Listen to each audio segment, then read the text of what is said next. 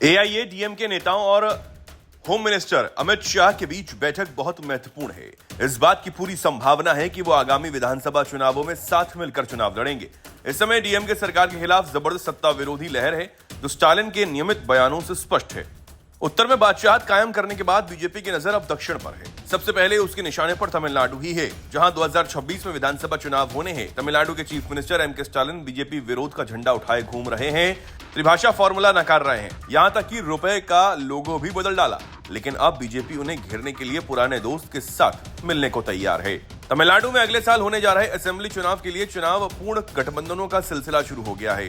2 साल पहले बीजेपी से नाता तोड़ने वाली एआईएडीएमके भी इसी रणनीति के तहत अब दोबारा से एनडीए में वापस लौटती दिख रही है।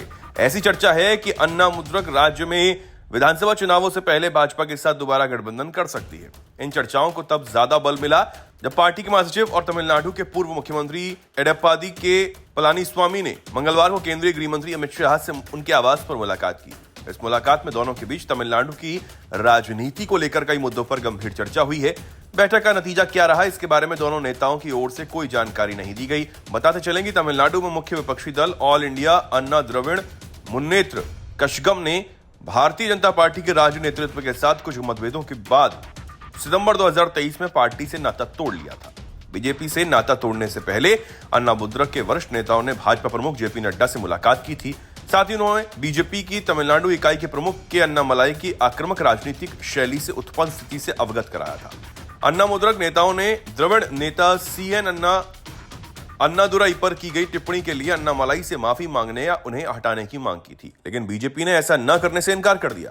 इसके बाद एआईएडीएमके ने गठबंधन से अलग हटने की घोषणा कर दी। अब अन्नामलाई ने पिछले कुछ समय से अन्ना मुद्रक की आलोचना कम कर दी है। इसे बीजेपी की एक स्मार्ट रणनीति माना जा रहा है। कहा जा रहा है, अगर अन्ना मुद्रक और भाजपा में फिर से गठबंधन होता है तो वो राज्य में सत्तारूढ़ द्रमुक नीत इंडिया गठबंधन को कड़ी चुनौती देंगे। राज्य में हर साल 5 साल बाद सरकार पलट देने के राजनीतिक इतिहास को देखते हुए अगले चुनाव में डीएमके की हार की आशंका भी जताई जा रही है।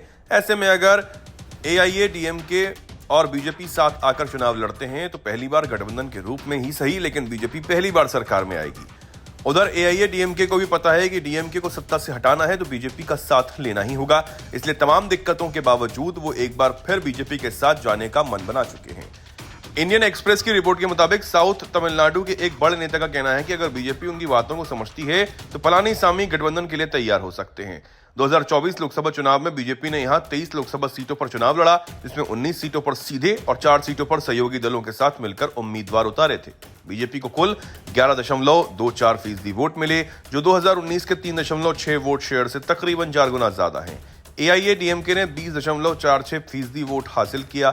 इसलिए अगर दोनों के वोट बैंक को जोड़ दें तो कुल वोट 31% से ज्यादा हो जाता है, जबकि डीएमके को सिर्फ 6.93% वोट शेयर मिला था। इसलिए इनका साथ आना डीएमके को टेंशन देने वाला है।